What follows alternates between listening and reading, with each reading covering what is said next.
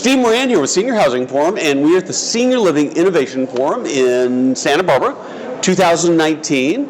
And I am talking to my good friend Mel Gamzon, who has been in senior living since senior living was invented almost. Well, that's not really true, right? But you've been in it for how long? 40 years. And I just would love to have you talk a little bit about sort of the progression and how you see it and where you've played a role in it.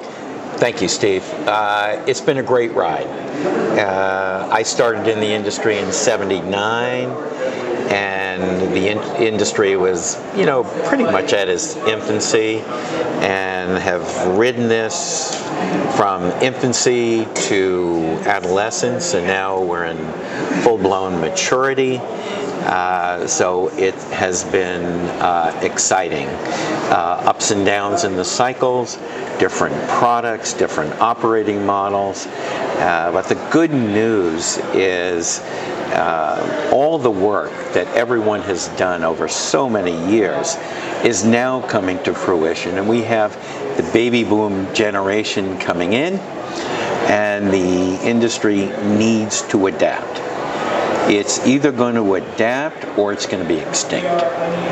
So what I really like about what you just said is it's a very positive outlook on the industry. Absolutely. And every time I come to a conference like this, I see there's some people who are positive, some who are not. There's certainly a lot of sense right now that there's some brokenness that gets fixed, that needs to be fixed. And I've been a little surprised for as positive as this. I've heard sort of more discouragement that we don't have the capability to fix it, but it doesn't sound like you share that. We have the capability to fix it, but the narrative needs to change.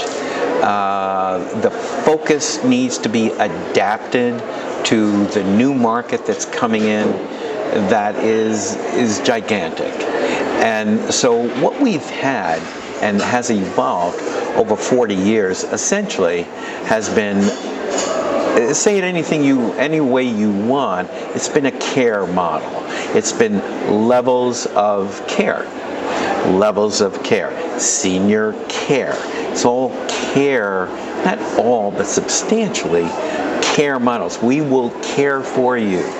This new generation of seniors is not going to be that interested in that. A need-based product, no. This is going to be a discretionary, demand-based product. And what we're going to need to do is change the discussion from care to wellness, fitness, preventative health maintenance. Rather than growing younger, we're going to need to show residents how they can actually grow. Did I say younger? I meant older. My apology. Right. Growing older, show them actually how they can grow younger. And through building design, through operations, and I'm on the M&A side of the business for many, many years. So I'm going to stop you for just a second. Most people will know what M&A means, but just for clarification, it means mergers and acquisitions. Correct. So, yeah. So I've been in that part of the industry for many years. The real value add going forward here is going to have some form of wellness component. So I'm a firm believer in the concept. It's early on.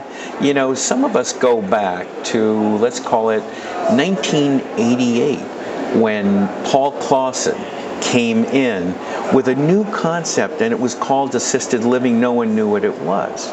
Well, we know what's happened with assisted living and memory care and continuing care. This is the new generation that we're talking about right here this afternoon.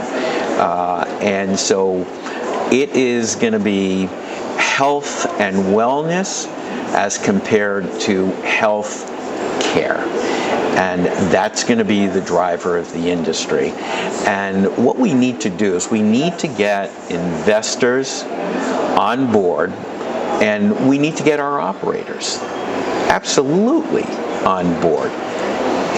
in the industry. Yeah. So I have two questions for you Sure. that I want to finish up with. Yeah. And I'm going to give you both of them, and then Thank you you. can figure out how you want to answer them, or maybe Sure. maybe you'll hate both of them, right? So the first question is there anything that you see happening in the industry right now where you go, that is so cool? And that's the first question. And is there anything in the industry on the flip side where you look at that and you say, I don't understand why this is happening? So on the cool side, yes, it would go back to that subject of wellness again. We have new models that are just coming out of the ground, or they're in fill-up, and those are going to be terrific examples of what to start building on. The mixed use and intergenerational housing, there are examples all over the country that are commencing on that. Now, what should not be built? The same old, the old school, inside the box. The value proposition on the real estate side, the investment side, which is where we spend a lot of our time, is going to be very challenging for plain vanilla in this industry. What we're going to have to do as an industry is think and perform outside the box with inside the box metrics that we must satisfy. Yeah. Mel, thank you so much. You are one of the icons of the industry. I have so much admiration for, your endurance and how you've made the industry better. I really appreciate that. Appreciate your sharing wisdom with our audience here. And, so you got another 40 years to go in the industry, right? Hopefully another 10 good ones. Good. Perfect. Thanks so much. Bye. Thank you.